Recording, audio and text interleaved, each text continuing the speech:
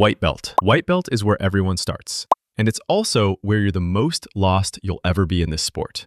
You don't know how to escape a mount, you don't know what a guard even is for, and every single roll ends the same way. You tapping, confused about what just happened. Most schools don't even require a minimum time here because there's nothing to gatekeep yet. You're just trying to survive. The average white belt spends 1 to 2 years getting smashed by upper belts before anything starts clicking, and a huge chunk of people quit during this stretch because their ego can't take it. But the ones who stick around learn the most valuable lesson Jiu-Jitsu teaches early. You're going to lose. A lot. And that's the whole point. Once escapes stop feeling like accidents and start feeling like technique, you're ready for blue. Blue belt. Blue belt is where Jiu-Jitsu stops being about survival and starts being about actually playing the game. You've got a functional guard now, you understand chains of submissions instead of one lucky armbar, and you can hold your own against a fresh white belt without panicking. This is also, statistically, the belt where most practitioners quit. Some instructors call it the blue belt blues, that stretch where the beginner excitement wears off, but black belt still feels impossibly far away. Under IBJJF rules, you need a minimum of 2 years at blue before you're even eligible for purple, and in practice, most people spend closer to 2 to 4 years here, building an actual game instead of just reacting. You start developing a personality on the mats. Some blue belts become guard players, some become scramblers, some just become incredibly annoying to smash pass. This belt is escalating because now you're not just surviving Jiu-Jitsu, you're starting to understand it. If you're still trying to wrap your head around the basics before any of this makes sense, go check out our video, The Complete Beginner's Guide to MMA. It breaks down everything you need to know before you ever step on the mats. Purple belt.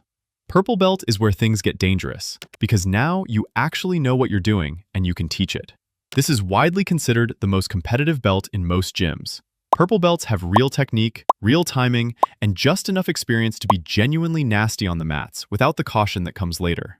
IBJJF wants a minimum of 1.5 years here, though real-world averages run closer to 1 to 3 years, and by the end of it, you're expected to have your own identity as a grappler, not just a collection of moves you copied.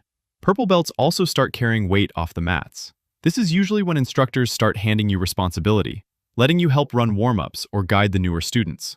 It's escalating fast now because purple isn't just a skill checkpoint. It's the belt where you start becoming part of the coaching structure, whether you asked for it or not. Brown belt.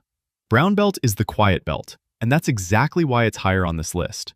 The flash is gone, and what's left is just brutal consistency. By this point, you're not learning new techniques so much as closing every remaining gap in your game, tightening details that took a decade to even notice. IBJJF asks for a minimum year at brown before black is even possible, but the real number is closer to 1 to 3 years of grinding, refining, and, often, actively teaching the lower belts training right next to you. Brown belts are dangerous in a different way than purple belts. They're not flashy, they're efficient, and they'll shut down your entire game without you understanding how. This is the belt where the sport shifts from get good to make sure nothing is missing. And it's the final stretch before the promotion that changes everything. Black belt. Black belt isn't the finish line.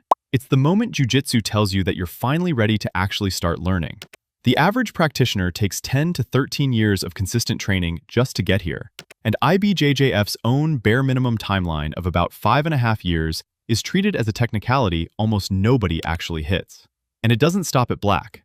The belt is broken into 6 degrees, each one requiring 3 to 5 years of continued, verifiable activity in the art, followed by coral belts, then red and white, then finally a solid red belt reserved for the most senior legends of the sport still alive.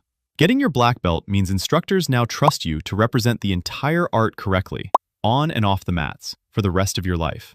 It's the highest and final entry on this list because everything before it, the white belt panic, the blue belt grind, the purple belt ego, the brown belt discipline, was really just training for this single moment where Jiu-Jitsu stops testing your technique and starts testing who you are. If you made it this far, you already know which belt you're staring down right now. Drop it in the comments. And if you want more breakdowns like this, make sure you're subscribed.